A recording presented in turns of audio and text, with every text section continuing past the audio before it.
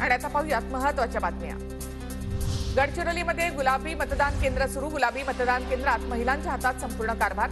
केंद्र अधिकारी आणि पोलीस केंद्रांवर देखील महिलांच्या हाती कारभार। बारामती मतदारसंघातील भोरमध्ये महाविकास आघाडीला धक्का। ठाकरे गटाचे नेते कुलदीप कोंडेंचा शिवसेना शिंदे गटामध्ये प्रवेश। पुण्यामध्ये महायुतीचे उमेदवार मुरलीधर मोहोळांचा युवक युवती मेळावा। आशिष शेलार यांच्या उपस्थितीमध्ये संध्याकाळी पार पडणार मेळावा। नंदुरबारच्या भाजपच्या उमेदवार डॉक्टर हिना गावित 22 एप्रिलला अर्ज भरणार। आमदार प्रवीण दरेकर यांच्या प्रमुख उपस्थितीमध्ये अर्ज भरणार। डॉक्टर नरेंद्र दाभोलकरांच्या हत्या खटल्याची सुनावणी पूर्ण।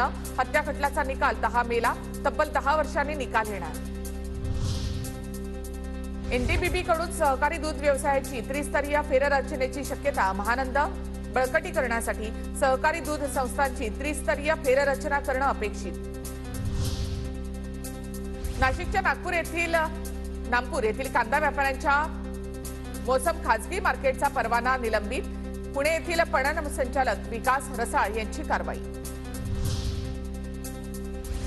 नाशिकच्या इगतपुरीमधील धरणांमध्ये अत्यल्प पाणीसाठा। नाशिककरांसोबत राज्यालाही पाणी टंचाईचा सामना करण्याची शक्यता।